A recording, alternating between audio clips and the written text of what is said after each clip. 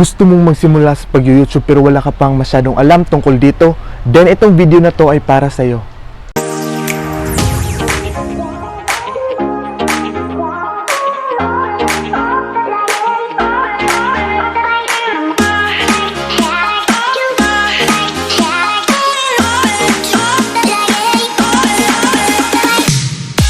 Hi guys, it's me, Brix, and welcome back. So hello guys, welcome back to my channel. So for today's video is I will be sharing to you the 10 things you should know before starting YouTube. But before anything else, please don't forget to click the subscribe button at yung katabi niyang notification bell para ma-update ka whenever I upload a video. So ayan guys, sa video nga natin today is I will be sharing to you the 10 things you should know before starting YouTube. So number 1, prepare your gears. So i-prepare nyo iyong mga camera, cellphone, laptop, storage, tripod, or kung ano man, especially yung battery ng camera nyo or battery ng cellphone nyo. I-charge nyo siya para makapag-film kayo ng mahabang video, makapag-shoot kayo ng mga video, and hindi kayo maubusan ng battery. And also, i-prepare nyo yung gear such as storage, kasi kung cellphone lang din yung gamit nyo, baka may tendency na mag full storage siya. So kailangan nyo i-delete yung mga unnecessary apps or hindi na mga na kailangan ng mga apps, and especially yung mga napopost na ng mga pictures nyo sa social media. So yun yung ating number 1, prepare your gears na kailangan nyo malaman sa pag-start ng YouTube. So number 2, do not use destructive props. So ayan guys, huwag kayong gumamit ng mga destructive props sa pag-film or pag-create ng video dito sa YouTube, kasi kailangan mo lang maging minimalist. It's either plain tulad nito, pero hindi siya plain, pasensya kung pangit yung background ko, pero ito na rin kasi maganda yung lighting. So do not use yung mga sobrang daming background kasi nakaka-distract, lalong-lalo na yung mga moving background mo. Pero kung yun ang gusto mong gawin na magkaroon ng sobrang daming background things behind you, is wala tayong magagawa kasi yun yung gusto mong ipahiwatig sa iyong mga subscribers or gusto mong ibigay sa kanila. But this is my suggestion, do not use madaming props. So number 3, have fun and enjoy. So sa pag-create ng video guys or paggawa ng content dito sa YouTube is kailangan mo mag-enjoy, kasi para hindi ka ma-stress sa paggawa ng video or hindi ka masyadong nag-iisip ng mga negatibo. Kasi guys, at the end of the day, sa paggawa ng video, kailangan mong mag-enjoy. Kasi para makita ito ng mga subscribers mo or mga viewers mo na mismong ikaw ay nag-enjoy, para makakonekta ka sa kanila or makakonect yung video mo sa kanila, para mapahiwatig mo or maiparating mo yung positivity na gusto mong ibigay sa pag-video mo. So number 4, try and explore content videos. Kung nagsisimula ka pa lang sa YouTube or small YouTubers ka pa lang or kaka-start mo pa lang sa pag-YouTube and hindi mo alam kung anong content ang gagawin mo, so itry mong i-explore lahat ng mga content videos tulad ng makeup tutorials, vlogs, travel vlogs, mukbang at marami pang iba. Tapos doon mo malalaman kung anong content video mo ang sobrang raming viewers, then doon ka magfo-focus. Tulad na lang kung nag-video ka ng mukbang tapos umabot to ng mga 500 views or 1,000 viewers kasi kaka-start mo lang sa YouTube. So pag ganun ang view na nakuha mo or views na nakuha mo, is doon ka mag-focus kasi yun yung nagustuhan ng mga tao sa YouTube channel mo sa paggawa ng video through mukbang. So ganun lang guys, i-explore mo na lang siya, kasi at the end of the day, at least flexible ka na sa mga content and na-try mo na lahat gawin yung mga content, and hindi mo na kailangan mag-adapt in that time kung gusto mong mag-change ng content. Number 5, don't compare yourself to others. Ito ang isa sa pinaka-importante na kailangan mong malaman, yung huwag ikumpara yung sarili sa ibang content creator. Kasi karamihan sa mga small YouTubers is sinasabi, bakit siya ang bilis niyang dumami, ang bilis niyang nag-boom, tapos ako hindi pa. Bakit siya sobrang sumikat na tapos ako hindi pa. So guys, everything has a right time. So kailangan mo lang magpursige sa pag-upload, kasi malay natin sa in the future or sa mga ilang araw, baka magiging trending din yung mga videos mo or tangkilikin ng mga viewers nyo. But as of now, don't compare yourself. Maging happy ka lang sa kung anong meron ang channel na narating mo or anong narating ng channel mo. So ganun, kung meron mang nanood ng mga 10 views, 20 views din, magpasalamat ka kasi merong nanonood. So ayun lang guys, don't compare yourself to others because everyone has its unique way of entertaining people towards YouTube. So ayun lang guys, don't compare yourself.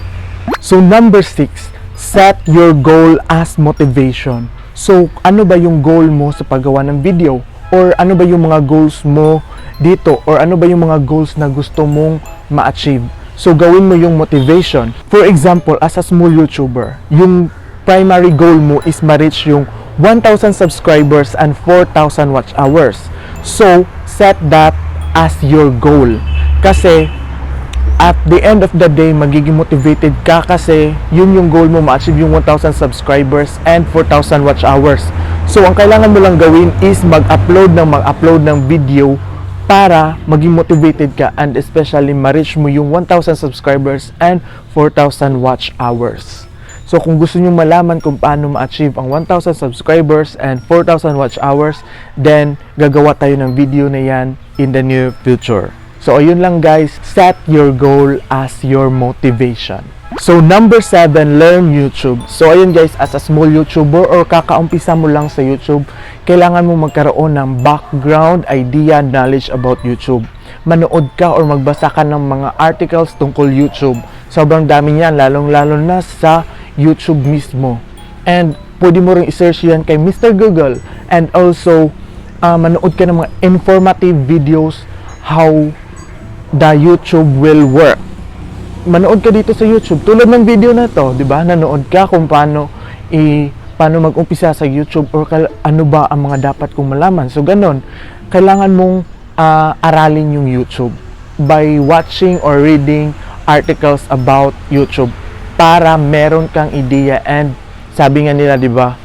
Mas angat ang may alam, 'di ba? Ganun. Hindi naman mas angat in a sense na mayabang, but 'yun, at least you can help or share also by doing sharing your ideas. Katulad ko, nagsishare ako ng ideas sa inyo para makatulong. So ganun lang guys, learn YouTube. So number 8, accept criticism or bashing.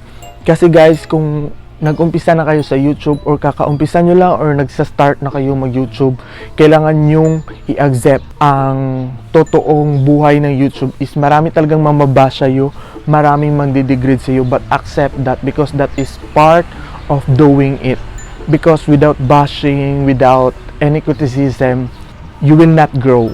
But make that criticism and bashing na maging motivation mo to continue strive hard to create videos and as what I have said, achieve your goals. So ayun guys, accept criticism and bashing and wag magpadala sa mga sinasabi ng tao, wag magpakaluklok.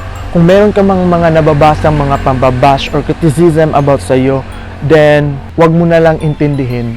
Pasok dito tapos labas dito. Ganun lang guys ang cycle.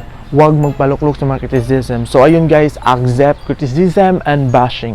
So number 9, choose the person you idolize. Before tayo nag-start or before tayo idea magkaroon or mag-start sa pag-YouTube or pag-create ng content is meron tayong mga ina-idolize na tao. So choose that right person. If worth it ba itong i-idolize itong tao na to? Worth it ba itong tao na to na panoorin? Or meron ba akong makukuhang maganda dito? Meron ba itong positive vibes na maibibigay sa akin? So ganun lang guys, choose the right person na i-idolize nyo because yung tao na yun will help you or isa sa mga maging motivation mo. So lastly but not the least is number 10.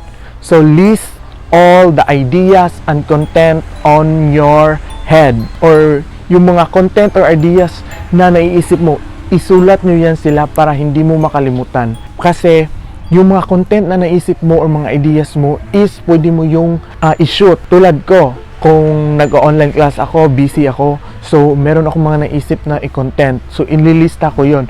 Tapos kung meron akong free time or meron akong break sa online class or yun, meron tayong break time is pwede natin yung gawin yung mga video na sinulat natin sa papel or sa notebook or kung saan mo man sinulat or nilagay mo sa notes sa iyong phone. Kasi para hindi ka na mahirapan gumawa ng content kung gusto mong gawin ito. Kasi kung gagawa ka ng content ngayon, impromptu, mag-iisip ka pa ano ba dapat gawin. So kailangan mo ilista yun. And marami din namang magagandang content na gustong gawin. So ayun lang guys, kailangan mo ilista para hindi mo makalimutan and magkaroon ka ng maraming ideya sa paggawa ng content. So ayun lang guys, and sana nakatulong itong video na to, nakatulong ako sa pag-motivate sa iyo sa paggawa ng YouTube, and sana meron talaga kayong natutunan dito sa aking informative video about YouTube, and sana wag nyo na rin kalimutan akong i-subscribe and i-click yung bell para maging notified ka whenever I upload a video, particularly sa informative videos about YouTube, kasi I am also trying to help everyone to reach their dreams, particularly in doing YouTube content. So ganun lang guys, tulungan lang tayo sa pag-angat, and yun. And sana guys, uulitin ko, meron kayong natutunan, and kung meron talaga kayong natutunan, please like this video and share na rin ito. So dito ko na end ang aking video. Thank you so much for watching. And ayun lang guys, please don't forget to click the subscribe button at yung katabi niyang notification bell para ma-update ka whenever I upload a video. So i-follow mo na rin ako sa aking mga social media accounts down in the description box. So ayun guys, thank you so much. This is Brix Tiguman saying annyeong, bye, no hate, just love, annyeong.